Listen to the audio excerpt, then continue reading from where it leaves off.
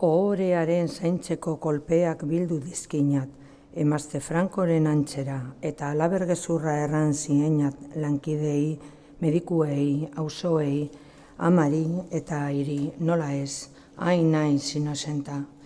Jendearen jasan ahalmena austeraino eramaten zuen, amodioaren ideia goaingarri zitzaidan bapatean.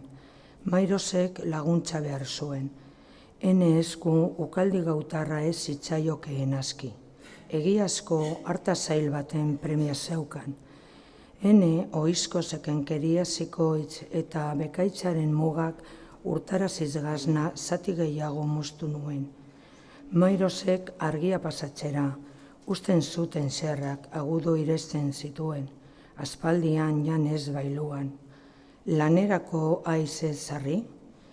Hago lasai, lori gabeko goizak maite dizkinak.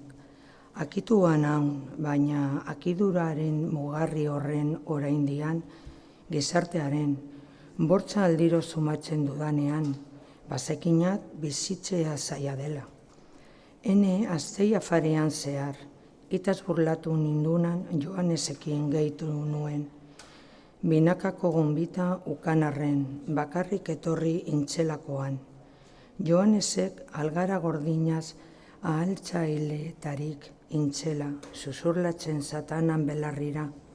Eta ni, karkailaka lerratzen nindunan, ire aurpegi ahalketua mirestean, jakin banu.